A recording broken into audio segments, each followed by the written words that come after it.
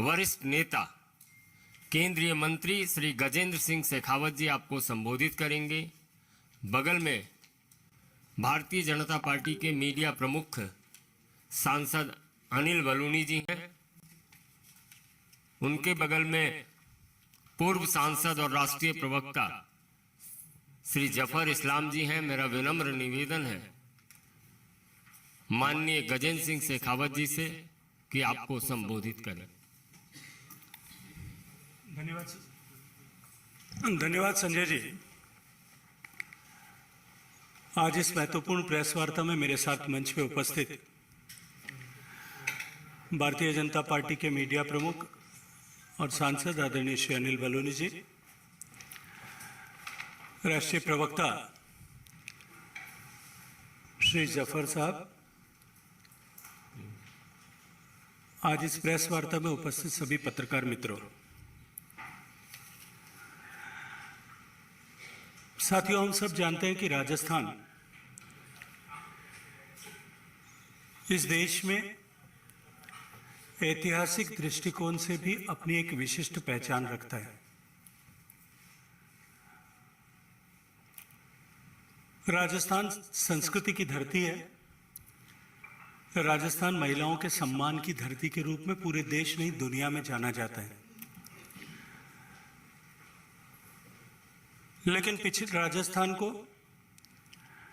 शांति और सौहार्द की धरती के रूप में भी पिछले कई शताब्दियों से पूरे विश्व में पहचाना और माना गया है।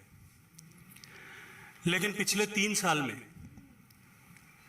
राजस्थान में जिस तरह से मॉब लिंचिंग, महिलाओं के खिलाफ दुराचार, नाबालिग या अबोध बच्चियों के साथ में दुर्व्यवहार और अत्याचार, बच्चों की तस्करी, दलितों के खिलाफ अत्याचार, एक मजहब विशेष के लोगों के खिलाफ बर्बरता, इन सब तरह के घृणित अपराधों में राजस्थान नित्य नए कीर्तिमान स्थापित कर रहा है। मित्रों, जिस दिन देश आजादी के 75 साल पूरे होने का उत्सव लाल किले के प्राचीर से माननीय प्रधानमंत्री जी के भाषण के साथ मना रहा था, जब देश आजादी की 76वीं वर्षगांठ मना रहा था, उस दिन राजस्थान के अलवर जिले में मुस्लिम संप्रदाय के लोगों ने गोविंदगढ़ थाना क्षेत्र में रामबास गांव में सब्जी का ठेला लगाने वाले और अपनी आजीविका का गुजर बसर करने वाले चिरंजी लाल को पीट करके मार डाला। मैं आज इस प्रेस वार्ता में आप सबके माध्यम से प्रश्न करना चाहता हूं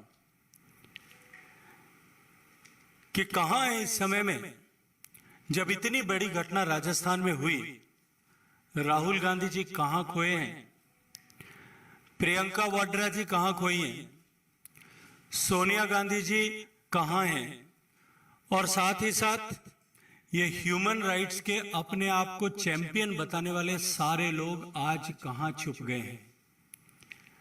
मित्रों, इसी क्रम में आप सब मित्रों को जानकारी है कि उदयपुर में जिस तरह की घृणित हत्या, जिस तरह की बर्बर और नृशंस हत्या हुई थी, बार बार पुलिस को में जाकर के शिकायत दर्ज कराने के बाद भी, शिकायत दर्ज कराने के बाद बार बार टेलीफोन करके सूचित करने के बावजूद भी जो मृतक था, जो शिकायत करता था, उसी कन्हैयालाल से माफीनामा लिखवाया गया।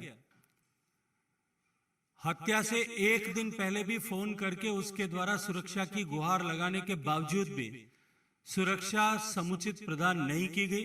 अंततः इतनी बर्बर घटना को अंजाम दिया गया और जिसके सूत्र ऐसे अतिवादी संगठनों और जो है लोगों से जुड़े हुए अब एनआईए की जांच में सामने आए हुए। गहलोत सरकार उसमें भी प्रभावी कार्रवाई करने के बजाय चुप्पी साधे रही और मात्र सरकारी नौकरी और मुआवजे का लालच देकर के उस मामले को दबाने का प्रयास किया। राष्ट्रीय क्राइम रिकॉर्ड ब्यूरो एनसीआरबी के डेटा के अनुरूप आज राजस्थान, जो पन्नाधाय के प्रदेश के रूप में पहचाना जाता था, जो हाड़ी रानी के प्रदेश के रूप में जाना जाता था, जो मीराबाई के रूप में इनके नाम से जाना जाता था, जो शील की रक्षा के लिए जौहर करने वाली हजारों रानियों को और पद्मिनी के नाम से जाना जाता था, वो राजस्थान आज देश में रेप के मामले में नंबर 1 का प्रदेश बना है। और 18 साल से कम उम्र की नाबालिग बच्चियों के तस्करी के मामले में देश में दूसरे नंबर पर है। मैं प्रश्न करना चाहता हूं आज आप इस प्रेस वार्ता के माध्यम से कि उत्तर प्रदेश में लड़की हूं, लड़ सकती हूं, ये नारा देने वाली कांग्रेस की आदरणीय महासचिव श्रीमती प्रियंका गांधी वाड्रा जी को लड़कियों की बदहाली क्यों नहीं दिखाई देती? अलवर के रेप के घटना के बाद में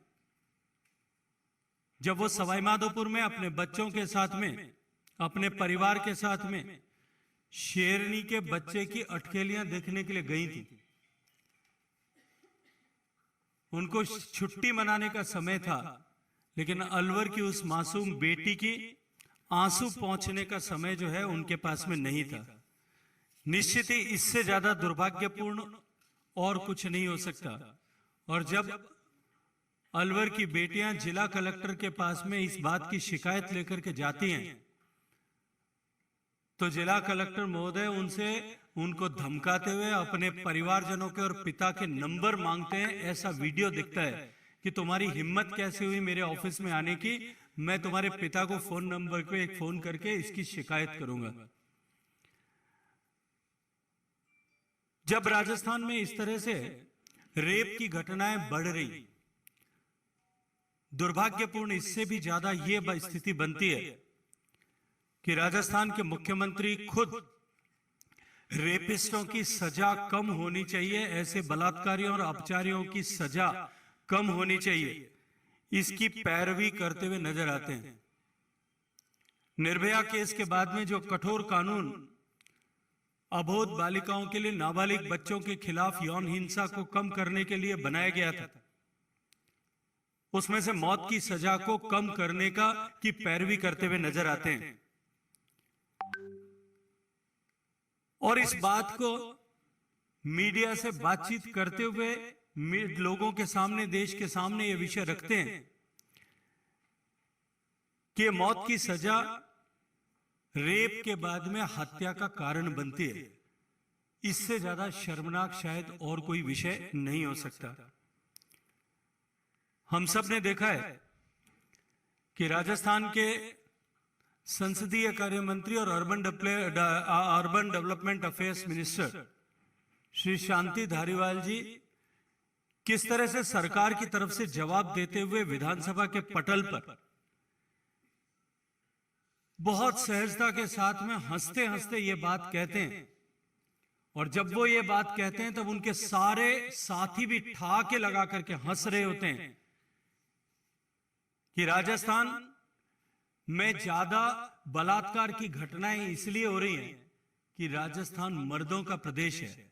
वो राजस्थान जिसने महिलाओं की, राजस्थान के बेटे जिन्होंने महिलाओं की रक्षा और सम्मान के लिए अपनी कई पीढ़ियां, केवल अपने आप को नहीं अनेक पीढ़ियों को खपा दिया, उस राजस्थान के वर्तमान सरकार के मंदिर में बैठ करके कोई व्यक्ति अगर इस तरह की टिप्पणी करे और उस पार्टी के सारे नेता एक साथ ठहाका लगा करके हंसें और सरकार फौरी तौर पर इस बयान से एक किनारा करके अपने आप को अलग करने की कोशिश करे, यह उनके चरित्र का उद्घाटक तो है, लेकिन इससे ज्यादा शर्मनाक नहीं हो सकता। राजस्थान की केवल कहानी ये नहीं है, पूरे देश में कांग्रेस के नेताओं की लगभग इसी तरह के हालात हैं। कर्नाटक में कांग्रेस के नेता मल्लिकार्जुन खड़गे जी के विधायक बेटे ने सरेआम महिलाओं को लेकर के जिस तरह से निंदनीय टिप्पणी की है, उसके जैसे अनेक बयान कांग्रेस के नेताओं के द्वारा दिए गए, हम सब का सर जो है वो शर्म के साथ में नीचा करते हैं। साल भर में कुल मिलाकर के देश में जो 28,046 मुकदमे रेप के दर्ज हुए, इनके लगभग छठा हिस्से से भी ज्यादा 5,310 बलात्कार के केसेस राजस्थान में रजिस्टर हुए और इनमें से 1/4 से ज्यादा केसेस, लगभग 1300 से ज्यादा केसेस ऐसे हैं जहां नाबालिग बच्चियों के साथ में इस तरह की ज्यादती की गई है जिन बच्चियों की उम्र 18 वर्ष से कम है। एनसीआरबी के आंकड़े जिनके चर्चा में आपसे कर रहा था कि राजस्थान लड़कियों नाबालिग बच्चियों की तस्करी की राजधानी बनाए। 53 नाबालिग लड़कियों की तस्करी के मामले पिछले दिनों में एक साल में सामने आए हैं, जिनमें से अधिकांश ट्राइबल बेल्ट के हैं। और अभी कुछ ही दिनों पहले, 2-3 दिन पहले ही एक अखबार ने अपने हेडलाइंस में फोटोग्राफ सहित उनकी मजबूरी को छापा था। 12 नाबालिग बच्चियों की तस्करी करके केरल ले जाया गया था। उसी क्रम में जब यह समाचार छपा, तब तक राजस्थान की पुलिस और राजस्थान की पुलिस के तहत काम करने वाली मानव तस्करी निरोधी यूनिट को इसकी जानकारी तक नहीं थी। हाथरस और उन्नाव की घटना पर घड़ियाली आंसू बहाने वाले राहुल गांधी जी और प्रियंका गांधी जी जो प्रायोजित दौरे करते हैं, ये सेलेक्टिव पॉलिटिक्स करने वाले आदरणीय प्रियंका जी और राहुल जी से मैं कहना चाहता हूं कि आप आकर के राजस्थान में भी कुछ दिन तो गुजारिए, आकर के राजस्थान के हालात को भी देखिए। दुष्कर्म के अलावा राजस्थान में अब नाबालिग बच्चों की खुलेआम खरीद फरोख्त और भी तेज हो गई है। दलितों के खिलाफ अत्याचार में भी राजस्थान आज देश में सर्वोच्च पायदान के राज्यों में पहुंच चुका है। राजस्थान में जिस तरह से दलितों के खिलाफ अत्याचार हुआ है, राजस्थान के ही एक कांग्रेस के विधायक श्री पानाचंद मेघवाल ने दलितों के खिलाफ हो रहे इन अत्याचारों को संज्ञान में लाने और सरकार की उदासीनता से आहत होकर के, इन अत्याचारों से व्यथित होकर के सवाल खड़े करते हुए अपना इस्तीफा माननीय मुख्यमंत्री जी को भेज दिया है। और इसी के साथ उस पार्टी के 13 से ज्यादा पार्षदों ने, चुने हुए पार्षदों ने इस्तीफा भेजा है और अनेक विधायकों ने भी अपनी तरफ से प्रश्न चिन्ह खड़े करते हुए बहुत कड़ी प्रतिक्रिया के साथ में पत्र जो है मुख्यमंत्री जी को लिखे हैं। राजस्थान में जिस तरह से पिछले दिनों में धार्मिक उन्माद फैलाने वालों के माध्यम से जिस तरह से घटनाएं की गई, करौली की घटना आप सबकी स्मृति में होगी, भीलवाड़ा की घटना उसके बाद की आप सबकी स्मृति में होगी, जोधपुर में ईद के दिन गई हुई घटना आपकी स्मृति में होगी। इन सब घटनाओं और ऐसी अनेक घटनाएं इस क्रम में, इन सब में यदि एक चीज कॉमन है तो वो है कि घटना के समय की प्रतिक्रिया, घटना के बाद की जांच और मुआवजा देने, इन तीनों में जम करके तुष्टीकरण जो है वो कांग्रेस की वर्तमान सरकार ने किया है। मुस्लिम तुष्टीकरण की नीति और इन्हें हिंदुओं समाज में तो जो है असुरक्षा की भावना पैदा की है। और इसको देख करके बसपा से कांग्रेस में शामिल हुए मंत्री श्री राजेंद्र सिंह गुड़ा ने भी अपना असंतोष और आक्रोश सरकार के सामने व्यक्त किया है। सरकार में भी धर्म के नाम पर, सरकार के कामकाज में भी धर्म के नाम पर किस तरह से भेदभाव होता है, इसका उदाहरण भी हम सबको देखने को मिला है। रीट के एग्जामिनेशन में जहां हिंदू लड़कियों के कुर्ते के बाहों तक को काट करके अलग कर दिया गया, इसके वीडियोस आप सबने देखे होंगे। उनके दुपट्टे और मंगलसूत्र तक उतरवा दिए गए, चूड़ियां तक खुलवाई गई।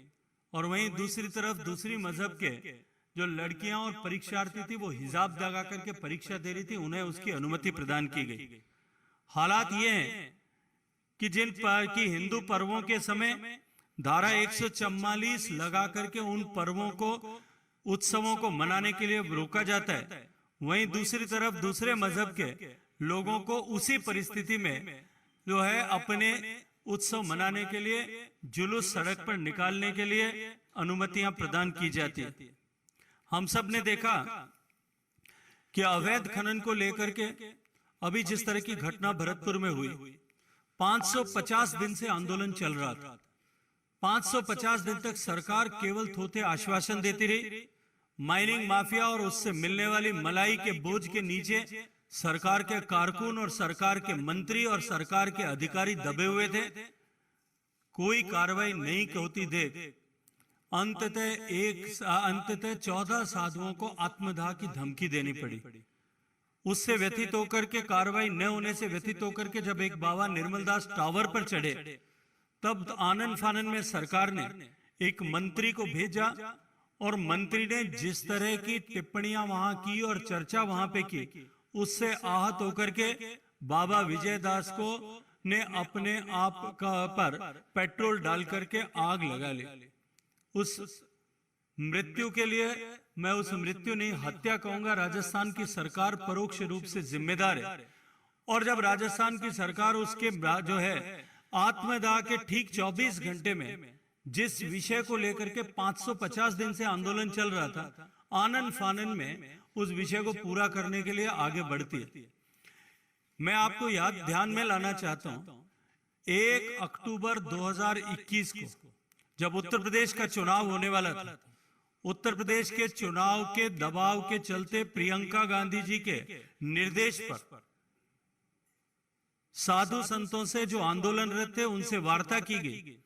मुख्यमंत्री जी ने स्वयं बैठ करके उनको आश्वासन दिया कि हम अगले 15 दिन में ये माइनिंग एक्टिविटीज, जो अवैध वैध एक्टिविटीज चल रही, इन सबको बंद करा देंगे और इस एरिया को, जो क्षेत्र भगवान श्री कृष्ण की आस्था से जुड़ा हुआ क्षेत्र है, इस पूरे क्षेत्र को हम नोटिफाई कर देंगे, फॉरेस्ट के रूप में नोटिफाई कर देंगे, ताकि भविष्य में भी यहाँ किसी तरह की माइनिंग एक्टिविटीज न हो सके।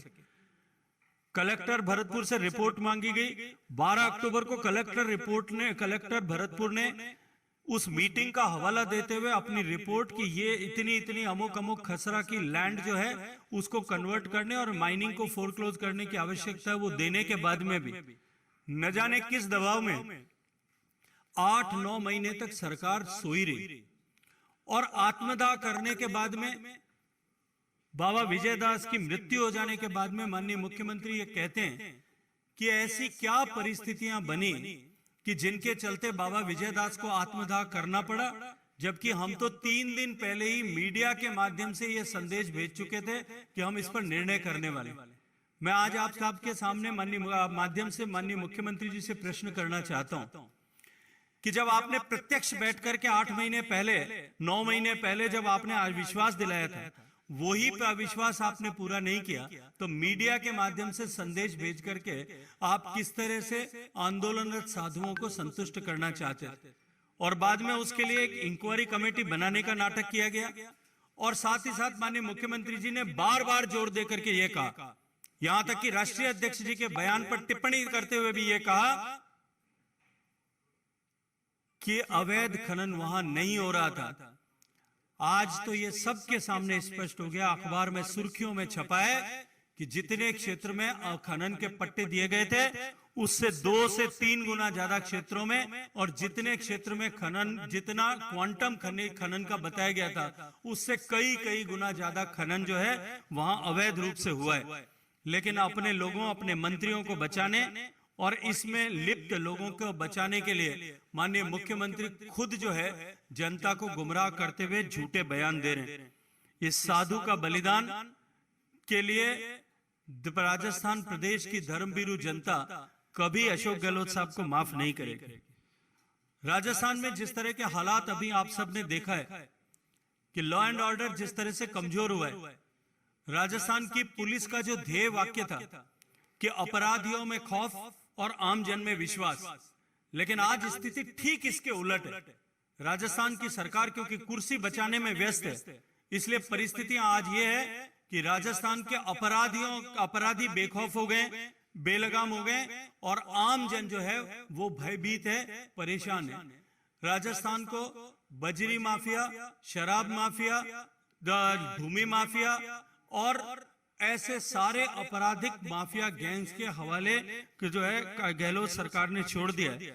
और आज गहलोत सरकार का ध्यान, राजस्थान के मुख्यमंत्री गहलोत साहब का ध्यान, क्योंकि सरकार चलाने की तरफ नहीं बल्कि कुर्सी बचाने की तरफ ज्यादा है, इसके चलते अब कांग्रेस के एमएलए भी रुष्ट होकर के लगातार जो है वो इस्तीफे दे रहे हैं या अपनी कड़ी प्रतिक्रियाएं उनके सामने व्यक्त कर रहे हैं। तो मैं अपनी बात समाप्त करते हुए राहुल गांधी जी और प्रियंका गांधी जी से अनुरोध करूंगा कि कुछ दिन तो गुजारिए राजस्थान में, आइए हमारे राजस्थान में।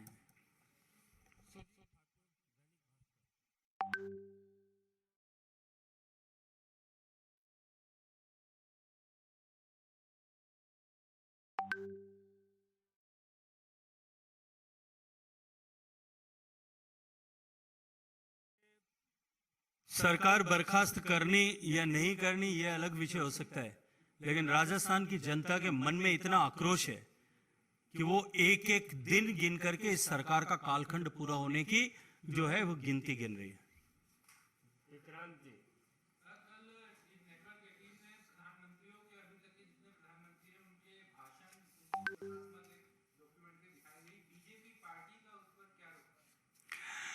देखिए, मैं उस कार्यक्रम के लिए जिन चैनल्स ने उस कार्यक्रम को दिखाया भी है और जिन्होंने जो इस कार्यक्रम के सूत्रधार थे श्री अनुपम खेर जी, दोनों का अभिनंदन करना चाहता हूं।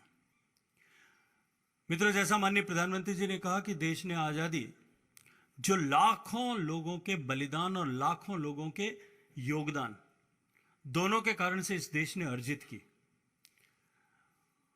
एक 75 साल का लंबा कालखंड बीतने के बाद लगभग 3 पीढ़ियां जब गुजर चुकी हैं, तब लोगों की स्मृति से आजादी और आजादी के बाद में भारत किस तरह से, किन कारणों से पिछड़ता गया, कहीं ना कहीं हमारी युवा पीढ़ी उससे डिस्कनेक्ट हो गई है। श्री अनुपम खेर जी ने जो 75 साल का एक आकलन परिदृश्य सब देश के सामने रखा कि नेहरू जी के जमाने में किस तरह से 1957 में नेहरू जी देश को लाल किले के प्राचीर से पाकिस्तान को दिल का टुकड़ा कहकर के पुकारते हैं। 1962 के युद्ध में करारी हार और भारत की हजारों स्क्वायर किलोमीटर जमीन के ऊपर अतिक्रमण कर लेने के, बलात् अतिक्रमण के बावजूद भी उसको एक सफलता बताने की कोशिश करते हैं। गरीबी हटा लेने से लेकर के महंगाई हटाने के खोखले नारे देश के सामने वहां गढ़ते और बुनते हुए नजर आते हैं, लेकिन उनका समाधान करते हुए कहीं दिखाई नहीं देते। आजाद होते ही आजाद भारत के लोगों को संबोधित करते हुए शुरुआत के दौर में देश के लोगों को कामचोर और आलसी ऐसा ठहराते।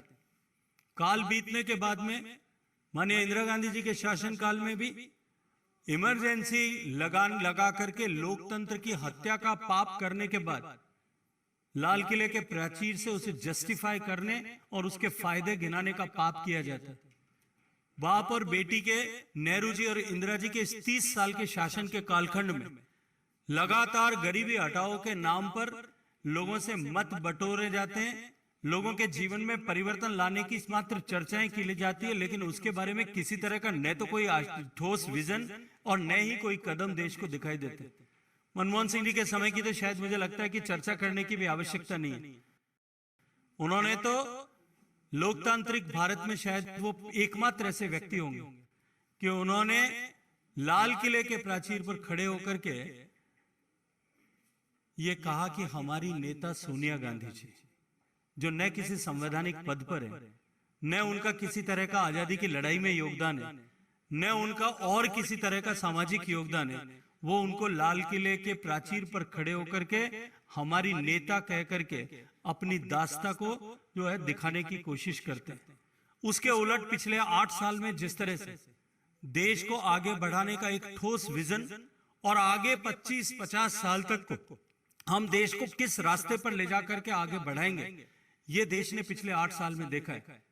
चाहे देश को आत्मनिर्भर बनाने की कल्पना हो, चाहे देश को ऊर्जा के दृष्टिकोण से आत्मनिर्भर बनाने की कल्पना हो, चाहे देश के सामान्य मानवी के जीवन में परिवर्तन लाने का संकल्प देश के सामने रखना, और उन सब संकल्पों को सिद्ध करते हुए हम किन मुकाम तक पहुंचे, अगले बार एक भाषण से दूसरे भाषण के बीच में 1 साल के कालखंड में हमने क्या उपलब्धियां हासिल की है, उनके बारे में भी देश के साथ में खुशी से साझा करना, ये जो नई परंपरा और नई दिशा देश को माननीय प्रधानमंत्री जी ने दी है, ये आकलन जो है, ये निश्चित ही, इस आकलन के लिए मैं एक बार फिर अनुपम खेर जी का धन्यवाद करना चाहता हूं।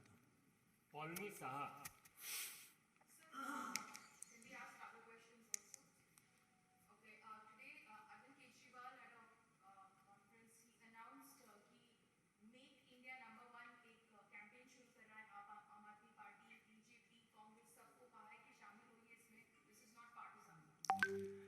क्या इस बात का मौलिक अधिकार अरविंद केजरीवाल साहब के पास में है?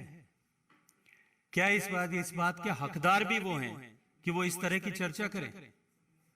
दिल्ली के 2 करोड़ से ज्यादा लोग उनसे पूछना चाहते हैं कि जिस दिल्ली को स्वर्ग बनाने की बात आपने की थी, जिस दिल्ली में एजुकेशन हब बनेगा, दिल्ली के स्कूल एजुकेशन को हम अपग्रेड करेंगे, उनकी चर्चा उन्होंने की थी।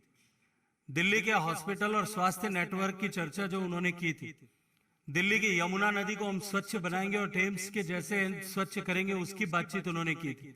ऐसा कौन सा वादा है जो उन्होंने पूरा किया है? This is a truly Kejriwal style of politics, जहां वो एक बात कहते हैं, उस बात की विफलता की बात को भुला करके नई बात कह करके उसको छुपाने की कोशिश करते हैं। उसकी विफल हो जाने पर उससे अगली नई बात के ऊपर चर्चा करना प्रारंभ कर देते हैं। केजरीवाल साहब, आपने सिर्फ एक काम किया है। आज वो जो मैंने प्रेस कॉन्फ्रेंस के कुछ दृश्य अभी देखे थे यहाँ आते वक्त रास्ते में, उसमें उन्होंने कहा कि देश के हर मोहल्ले में स्कूल खुलना चाहिए। आपने तो दिल्ली के हर मोहल्ले में शराब की दुकान खोलने का पाप किया, फिर उसमें भ्रष्टाचार किया और फिर अपनी नीति से भागते हुए वापस जो है दिल्ली की 2 करोड़ जनता ने आपको देखा है।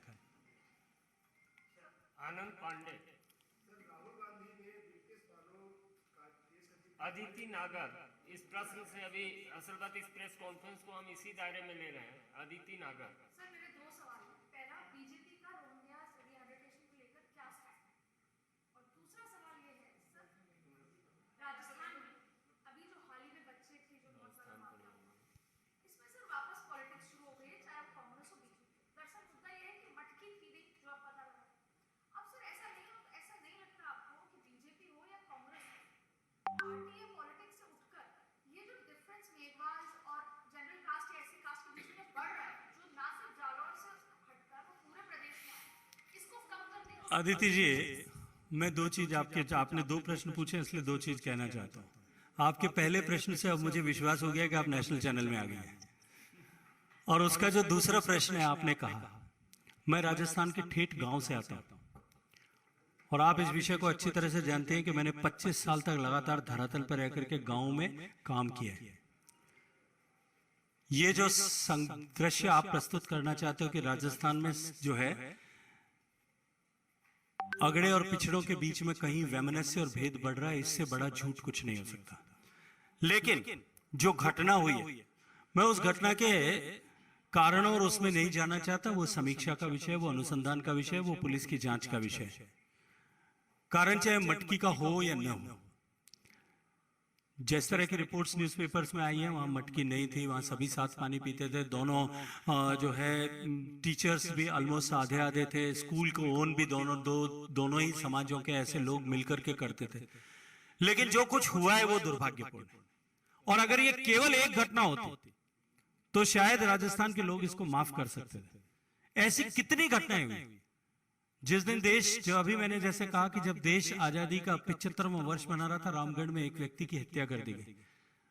आज ही समाचार पत्रों ने छापा है, जयपुर में एक दलित महिला, जयपुर जिले में, मात्र इसलिए, जो टीचर है, स्कूल में काम करती है, मात्र इसलिए कि वो कुछ लोगों से उधार पैसे मांगती थी, अपने उधार का तकाजा करने के लिए उसके ऊपर जो है वो पेट्रोल डाल करके सरेआम लाग दी जाती है। वो 70% जली हुई अवस्था में आज जीवन और मृत्यु से एसएमएस में संघर्ष कर रही है। ऐसी सैकड़ों घटनाएं देखने को मिलती हैं। तब विषय ये नहीं होता कि समाजों के बीच में वैमनस्य है, विषय ये होता है कि सरकार इन सब विषयों पर ठीक से समय रहते कार्रवाई क्यों नहीं करते।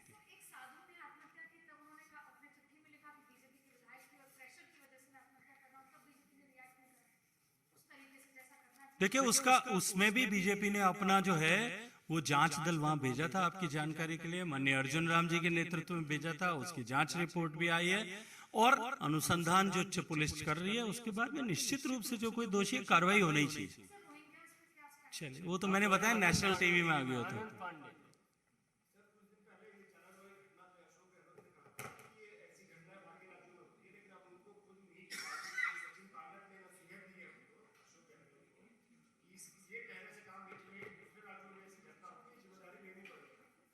देखिए जिम्मेदारी लेनी पड़ेगी, उसकी प्रतिक्रिया में गहलोत साहब ने जो भाषण दिया उसको जरूर देखिएगा। उन्होंने कहा कि ये कार्यकर्ताओं के मान सम्मान की चर्चा करने वाले पहले खुद की चिंता करें, अपने गिरेबान में झांक करके देखें। ये जो लड़ाई है साहब, इस लड़ाई का भुगतान जो है खामियाजा राजस्थान के करोड़ों लोग भुगत रहे हैं, राजस्थान की महिलाएं भुगत रही है, राजस्थान की बच्चियां भुगत रही है, राजस्थान के गरीब भुगत रहे हैं और राजस्थान का विकास भुगत रहा है। इस लड़ाई को बंद करिए और सरकार चलाने पर ध्यान दीजिए, बचाने पर नहीं।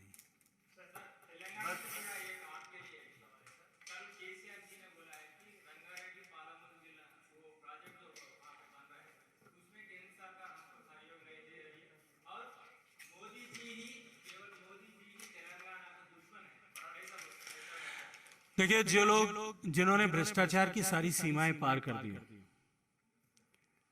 जिस प्रोजेक्ट को लेकर के उन्होंने तेलंगाना का ड्रीम प्रोजेक्ट ऐसी चर्चा देश के सामने की और झूठ बोला, जिस प्रोजेक्ट की प्रॉपर स्टैट्यूटरी क्लियरेंस तक नहीं लेकर के उस प्रोजेक्ट को बनाने की कोशिश की, मैं आग्रह करूंगा कि आपको जाकर के उसको देखना चाहिए। वो कालेश्वरम के तीनों पंप हाउसेज, जो तीनों बराजेज हैं, उनके पंप हाउस डूबे हुए और हजारों करोड़ रुपए का गबन पहले जो उसमें हुआ था, उनको अब भरपाई करने के लिए उन सारे पंप्स को रीइंस्टॉल करने के लिए, क्योंकि वो टेक्निकली अपराइज्ड नहीं था, फेल हो गया था, तकनीकी दृष्टि से सही नहीं बनाया गया था। पहले हजारों करोड़ का भ्रष्टाचार हुआ, अब उसको वापस डूबने के बाद में वापस रिपेयर करने में फिर हजारों करोड़ रुपए का भ्रष्टाचार होगा, ऐसा सबको दिखाई दे रहा है। भाई साहब रुक जाइए।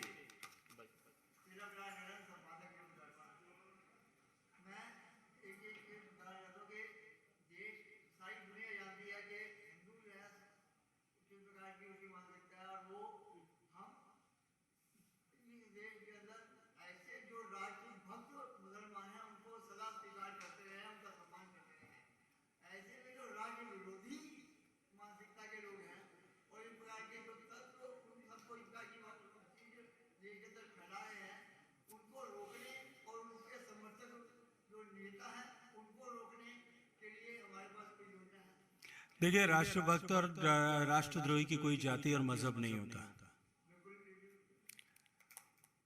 हम अशफाक उल्लाह खान को भी उसी सम्मान के साथ में देखते हैं जिस सम्मान के साथ में भगत सिंह को देखते हैं, जिस सम्मान के साथ चंद्रशेखर को देखते हैं, जिस आजाद को देखते हैं और जिस सम्मान के साथ में नेताजी सुभाष चंद्र बोस को देखते हैं। और इस देश में